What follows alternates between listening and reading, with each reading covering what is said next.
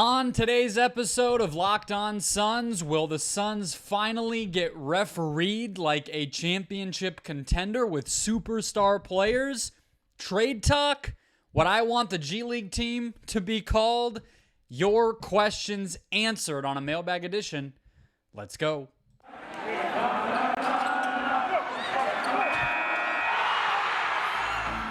You are Locked On Suns, your daily Phoenix Suns podcast. Part of the Locked On Podcast Network, your team every day.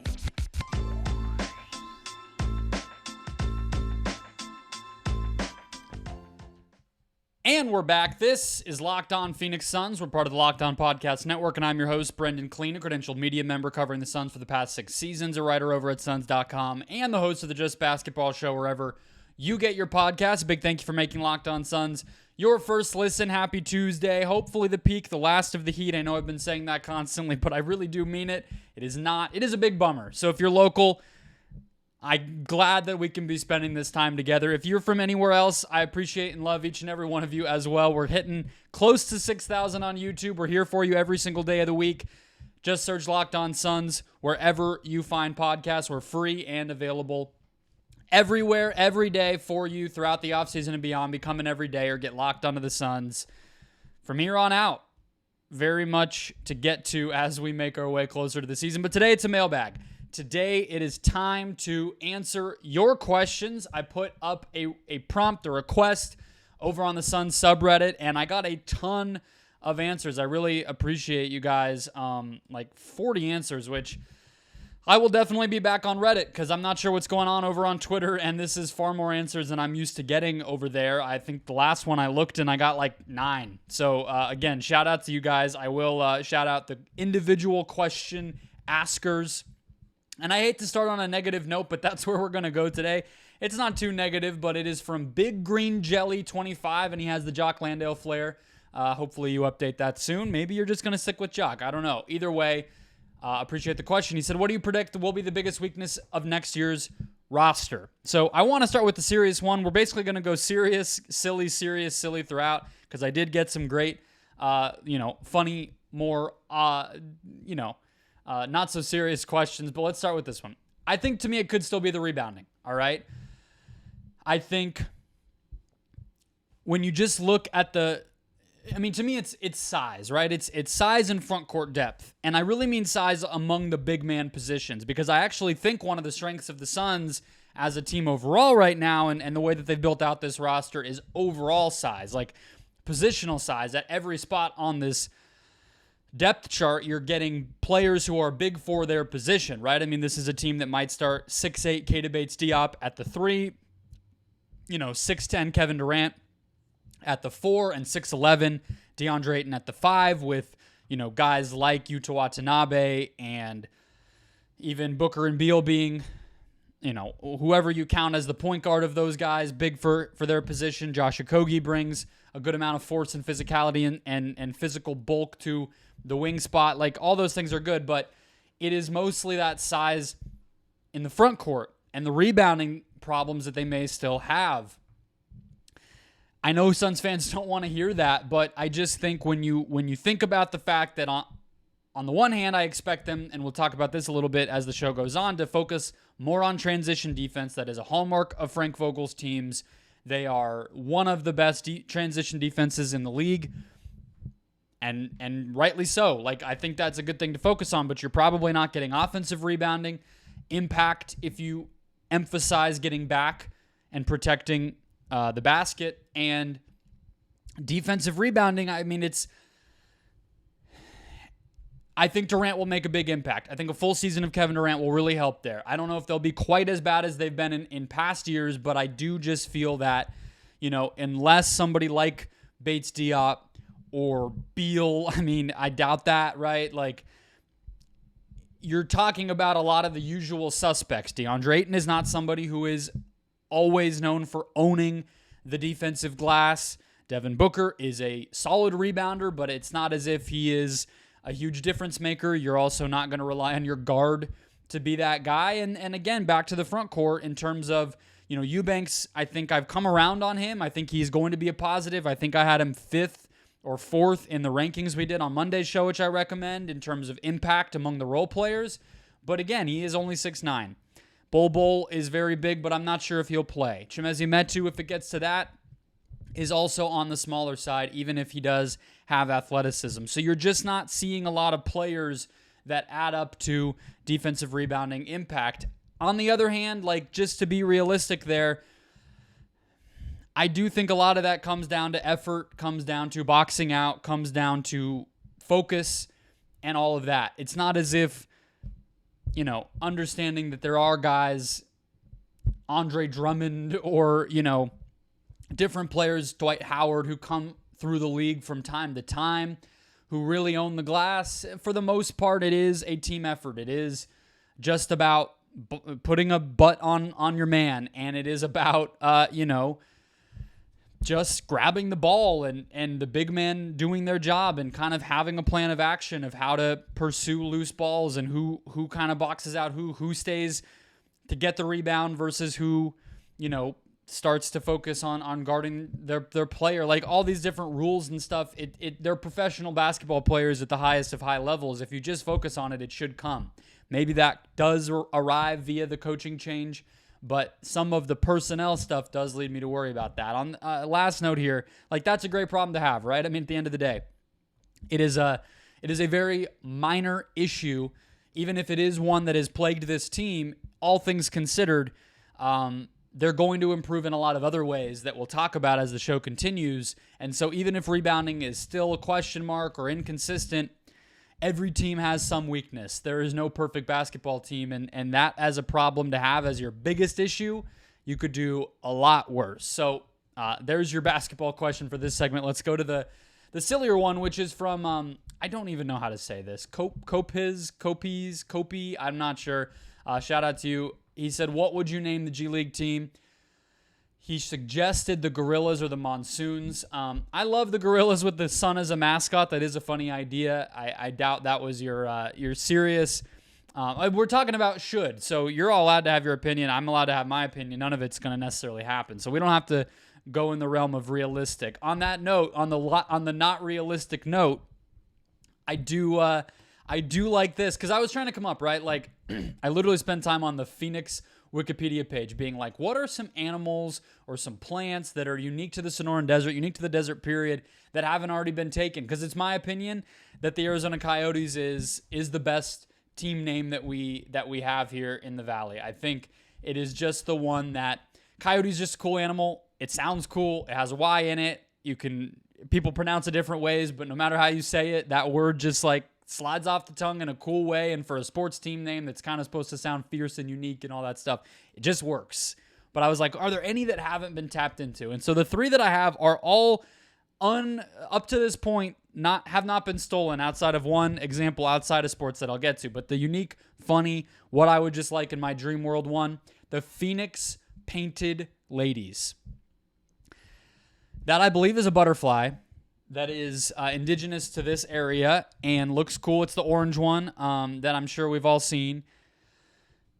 They're not going to name a team full of macho, athletic men who are very masculine and whatever, or pretend to be the Painted Ladies. But I just like that idea. I think it'd be unique. I think the best G League names are the ones where you just kind of say F it and go for it, like the Go-Go, or the Motor City, the Memphis Hustle, right? Motor City's Detroit. The Hustle, that is all the best ones to me. Like, just go very minor league baseball with it. Be goofy. Painted Ladies would be awesome, but again, the ladies aspect, I may be a little too embarrassing. Phoenix Gilas was another one. You could go Gila Monsters. I don't really love the long name, so like Phoenix Gilas. I think a Gila Monster, like, visually cool animal, cooler than most, even like a Diamondback or a Coyote or any of that stuff. Like, I like that.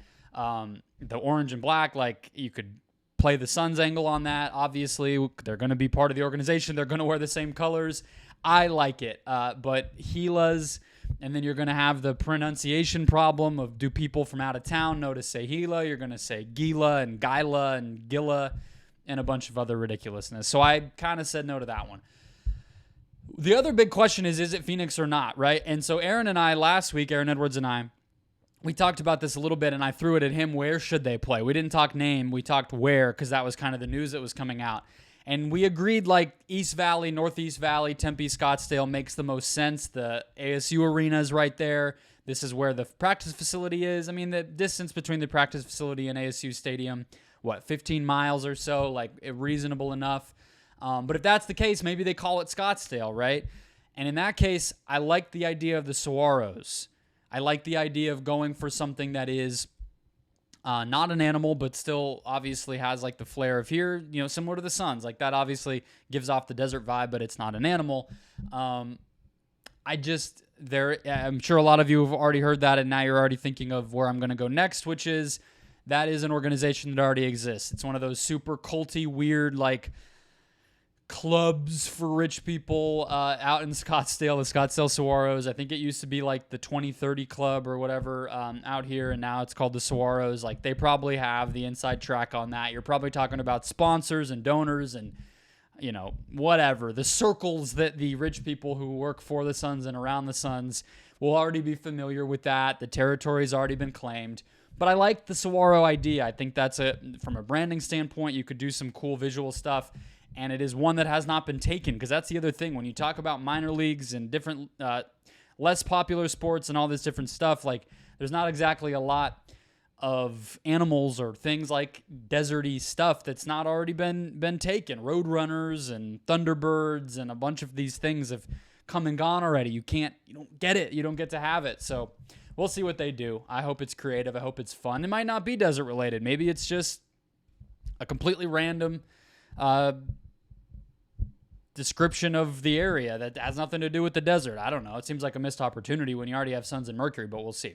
All right, next up, TJ McConnell news and my least favorite commercial in recent years during Suns broadcasts, and I have the perfect one. It's not local, but I got you covered with that as well, so stay tuned for today's show, brought to you by the FanDuel Sportsbook. Take your first swing at betting MLB on FanDuel and get 10 times your first bet amount in bonus bets, up to $200. I am fully in the baseball mood. I have my Diamondbacks hat on.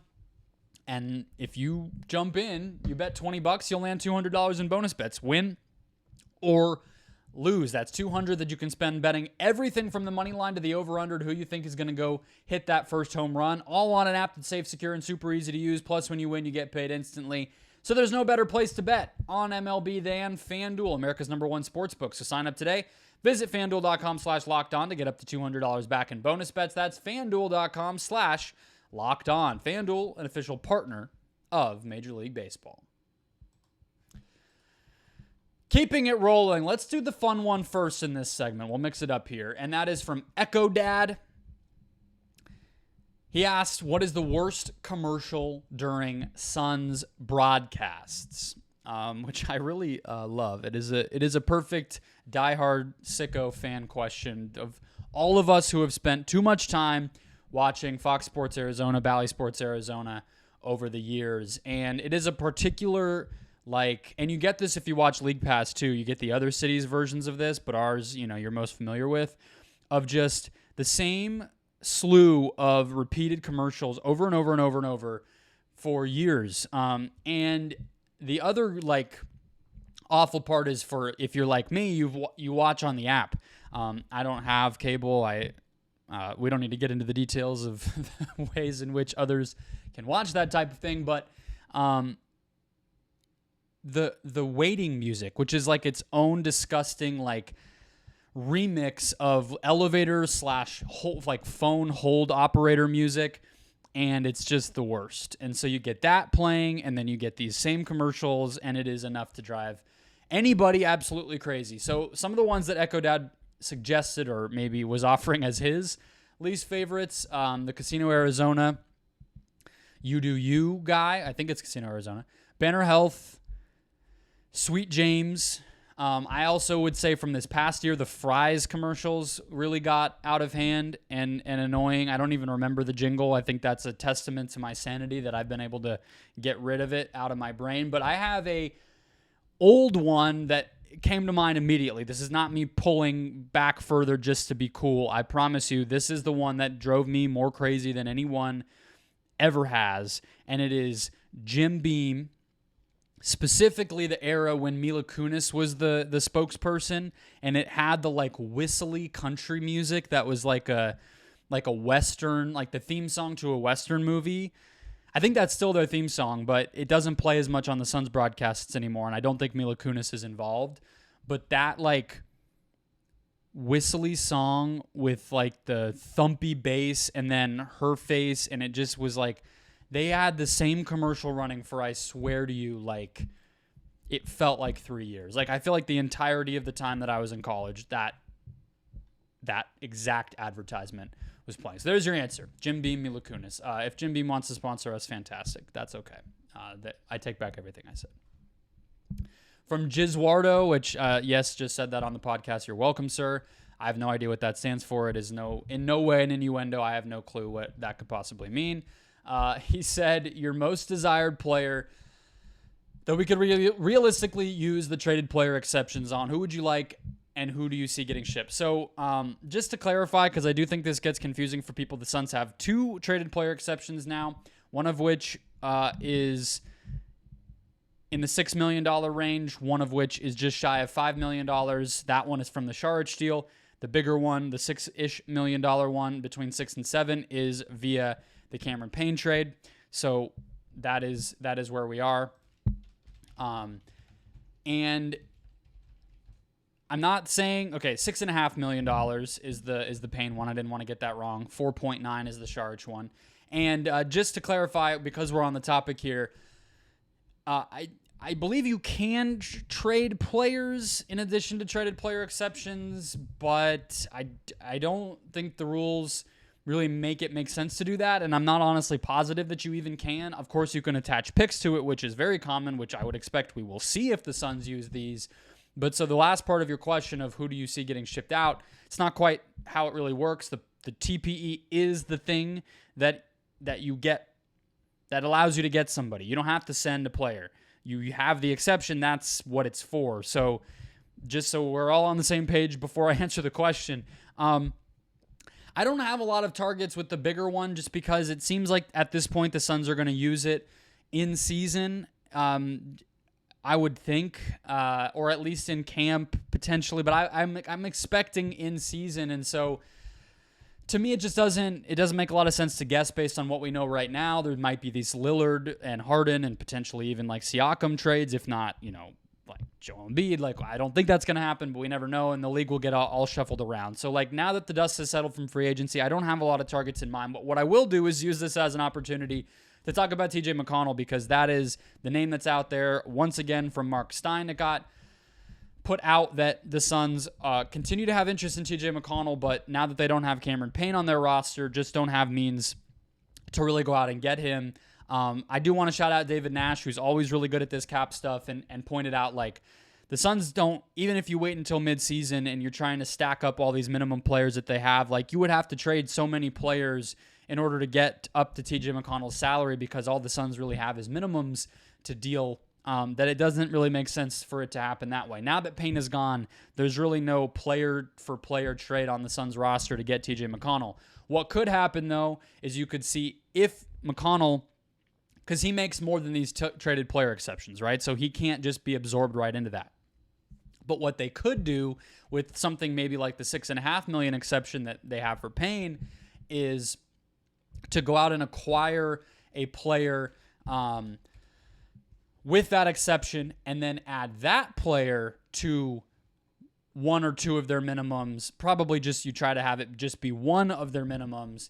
And then now you're in the range of McConnell, and you're only giving up 2 players and a limited number of picks and all that stuff. And it starts to make a little bit more sense. I will throw this out because it's been getting a little bit of attention online, but not a lot, of this roster crunch that the that the Thunder have. They cut Rudy Gay this week, but even with that, they have 19 guaranteed contracts, and they're going to have some interesting decisions to make, either cutting guys that they just traded for, cutting guys who make a lot of money like Davis Bertans, or cutting players who they drafted and developed who they might like still, like Trey Mann or Kenrich Williams. I don't think he would be a cut candidate, but you see where I'm going. which is that I think Kenrich Williams is, to me, a pretty good example of the type of name to be looking at. And I know Brandon Duenas, who hosts the show with me on Monday, is a big Kenrich fan. He seems a little more like a Monty Williams player, I'm not going to lie, than maybe a Frank Vogel player, but the right kind of nature, right? He makes $6.2 million, so he would fit right into that campaign exception. And then he could play, right? Like, he's a rotation player in the NBA, and he's youngish, and like is kind of the perfect type of asset that you might want to try to get. You know, the traded player exception that you would absorb him into, and then you send the Thunder, let's say, 3 of the 5 second-round picks that the Suns have. Or 2 even. I don't know. I don't know what it would take. I don't know how much they like Kenrich. But that could be the type of thing that happens during camp. And then maybe that allows them to say, okay, now Kenrich plus this. I'm not sure how the rules work on retrading somebody again like that. I don't know about all the timing and the CBA nature of that. But I like the idea of the stacking element of what that can do. Even if it doesn't end up being like that, I still think Kenrich is the type of player you'd be looking at. So there's my one name. But again, that's just because I do think that OKC thing will come to a head a little bit here in the next little bit, whereas a lot of stuff will change between now and the deadline when I expect them to use it. On to the last 2 questions. What year would I have preferred the Suns to win a championship? Yes, it is probably the year you're thinking. And then we'll talk officiating and offensive style. So we'll deep dive into some nerdy stuff as well to close things out. First, another quick break. Coming back, closing out the show, let's go with, we'll alternate. I'll do one nitty-gritty question, I'll do the silly one, and then we'll get into another deep dive in the stats realm. But let's start here from Simple Minded 1. And I really love the flair on this one, which is posing in my second apron. Really just making a mockery of NBA rules and regulations and owning the front-runner status. I really love it. All right, so the question is, the Suns have had a history of being considered a soft team by the refs. They really got to the free throw line, or they really had the free throw advantage is what he said, and then, or she, with this new, bigger, longer lineup, along with the new defensive-minded head coach, do you think the Suns will be reffed differently this year? So, to answer the part of it that you said there with your question, I don't really think the Suns have ever, I don't know. It seems like you are more worried about the defensive side of, like, I'm sure you're thinking of Giannis, Anthony Davis, Luka, guys who've been able to get to the line at will against the Suns, and sort of the fact that the officials don't give the Suns the benefit of the doubt. I have bad news for you, which is that no team gets the benefit of the doubt against those guys. That is not really a Suns specific or unique trend. You know, Giannis was going to parade to the free throw line no matter if it was the Nuggets or the Clippers or anybody who played them in the finals. Luka, same thing. Anthony Davis, same thing. Whatever example you want to pull from, that's going to be the case. I think it's been more of a problem on the offensive end. It's one thing to play a player like that, to play a team with a player like that, and have to deal with 30 free throw attempts a game. It's another thing when you're getting 10, right? And I do think that is a fair concern among Suns fans, and I do think they get a bad whistle fairly often. I think Booker has shown, though, that when he commits to trying to draw fouls, it's going to be better. I think last year, even the year before, he made progress there. It's just about it has to be part of your game. It has to be part of your mindset. I mean, even the greatest players, we think of them as, oh, they're just getting a good whistle. I know nobody wants to hear this, but like, it is exhausting for Giannis to do that. It is a concerted effort. Even if you think it's BS, the reality is, like, it's effort. It's physical intention and physicality and force that you have to do it. And if you get the call, you get the call. But even to try to draw the foul, it is a style. It is a choice, right? So the Suns have to have that. Booker can be one part of it. I think Durant is a walking 10 free throws when he wants it. And we'll see about Beal. But, I mean, even if nothing else, Beal will definitely get to the line more than Chris Paul, more than anybody else on this in the guard rotation outside of Booker would have if they had not gotten Beal, right? So even that will help. And so I think that's really more where it comes from. I don't know if it's really the bigger lineup. I don't really know if it's any sort of coaching change or anything like that. I think it's just going to be personnel, right? The Suns' free throw ranks in the 4 years that Monty was here, they were 27th last year, 25th the previous year, 27th the finals run, and then 5th in Monty's first year. And I actually think that 5th is a decent example of another way that some of this can happen. And one way that I'll say I do think the coaching and philosophy changes could make a little bit of a difference, right? Because that first season, it was basically just the Sun. Like, Monty was letting the personnel dictate things a lot more that year, right? So you had a lot of that free throw attempt stuff was driven by Booker, but a lot of it was also driven by Kelly Oubre. They were turning defense into offense. They were playing faster that year. Around Ricky Rubio, who prefers that type of style. I would say the big men, Baines and Ayton, were both, foul drawers. And so that is another way to do it. And so I do think the Suns turning defense into offense, playing more in transition, that can help you too. So I'll give you that.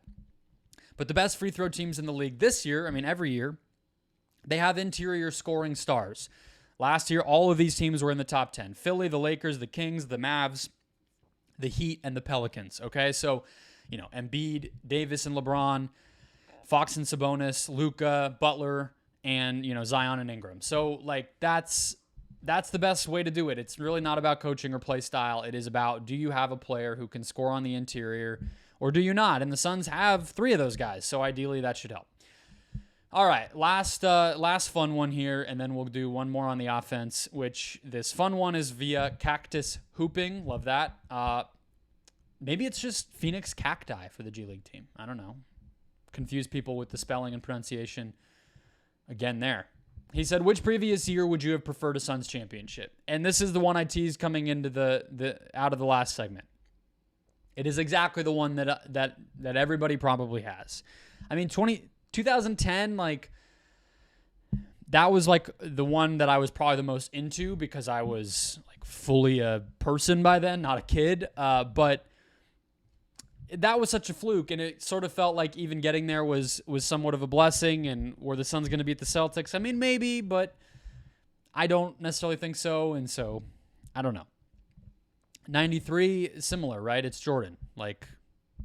Would have been sweet to beat him, but it never, to me, I wasn't around for that, but I sort of think, I guess that was in the first three-peat, so he didn't feel so inevitable, but it just felt like at that point, again, sort of being competitive and getting there was pretty nice. And so that's sort of where I'm thinking about it. It's not so much which one would have felt the best or who would have been best to beat or anything like that. It's just which one was the one that should have gone a different way. And so you probably know where I'm going. It's 06-07. It's the Robert Horry hip check. It is the suspensions for him as well as for Amare and Diaw. But honestly, the interesting part, and I'm not going to try to make it feel better to anybody. It definitely does not feel good, and there's no way to change that. But what's weird is the home aspect of it is the significant part. The fact that Game 5 was at home. But the intriguing kind of subtext there is they only lost that game by 3, and you don't look at that and feel if they had their big men, things would have gone so different. The rebounding, I look back today, the Suns won the rebounding battle. The Spurs did get more free throws, so maybe you could look at that. To me, it's really just losing Amare's scoring, because I think it was 88-85. And it's if you just think about a world in which he's there, you probably feel you're closer to 90, 100 points, and maybe that's enough, and then the series goes a different way. But they were a top half in the NBA in defense that year. They were far and away by 3 points per 100 possessions, the best offense in the league still, but it was really the culmination of that era. You had everybody basically finally healthy. Amare was healthy. Amare was better than obviously he was the first Nash year, and Barbosa was at his peak basically at that point. You had both Kurt Thomas and Boris Diaw at kind of the peak of their powers instead of just one or the other, or one of the 3 between if you include Amare. So it just everything was building to that year. From there, it turns into the Shaq trade, and then, D'Antoni leaves, and it all just, never really happened, as I don't think anyone here needs to be reminded. But that's my answer for you, Cactus. Last one from TRS 287, and the Flair is just Robert Sarver, which, c'est la vie, do your thing. He said, without CP3 and a new head coach, what do you think will be different in the way the offense is run this year? So, again, the Chris Paul part of it is fair, and that's where I'll start. Last in transition frequency last year, although it did tick up in the postseason. And bottom 5 in isolation frequency. So those are both hallmarks of both Monty and Chris Paul. It's pretty much inseparable. And so I get your question, right? Without Chris Paul and the new head coach. But even as I say that, I'll then jump to the other trend, which is that they were 6th in the postseason in transition frequency and 3rd in the postseason in isolation frequency. And so I think really it's less to do with Chris Paul and Monty Williams and more just the arrival of Kevin Durant and now the arrival of Bradley Beal. The offensive evolution that we're going to see this season started in the playoffs. All right. You're going to see more ISOs. You're going to see them play faster. You're going to see them basically just make the most of the best players, right? And with that will probably come a little bit less ball movement, but you even look at spot-up frequency, right? How many of their possessions ended with a spot-up player taking a shot or turning the ball over? So sometimes that is Booker or Durant, but a lot of the time a spot-up possession, unless you have an elite like Klay Thompson, Ray Allen, guy like that, most of those spot-up possessions are going to end for role players, especially in the case of the Suns. And I think that is a weakness that we saw when you're running the 0.5 offense that Monty wants to run, but the ball begins in the best player's hands. You're creating a dynamic where you want to move the ball, you want to create space within the court for shooters and cutters and things like that, but those guys are not your best players, right? And so when Durant got here, when Booker leveled up and the ball got put into his hands, partially when Chris Paul got hurt, but really not even just Booker taking control the way that he did, already showed us what this offense will look like, how it will change. They're going to play faster. They're going to play, faster in terms of getting out in transition more, but I think in the half court, maybe even a little slower, or at least a little bit more, a little bit fewer actions, right? And I think that'll be for the best. I really do, in terms of what this roster is. I'm optimistic that they put together a roster of shooters who can make open threes. But if you can take a couple away from those guys and result in maybe a couple more trips to the free throw line for Kevin Durant or something, like to chime back to the last question, I think you'll take that, right? Even if you do think Yuta Watanabe can make a corner three. Well, sure he can, but you know what else? Kevin Durant can make a free throw line jumper, and Devin Booker can get to the free throw line for you. Like, those are even better, higher quality possessions. So I think that'll start to be the trade-off that we see, and we already saw it, as I said. All right, that'll wrap us up. Thanks for listening. Thank you for the questions. Maybe we'll do that once a week throughout the offseason. I'll see how the Reddit engagement looks as we go, but lots of good ones. Back tomorrow with more news on this team and around the league. Hit follow or subscribe. We're free and available everywhere. All you got to do is hit that button, and I'll be in your feed every Monday through Friday throughout the offseason and beyond, and I will catch you all tomorrow.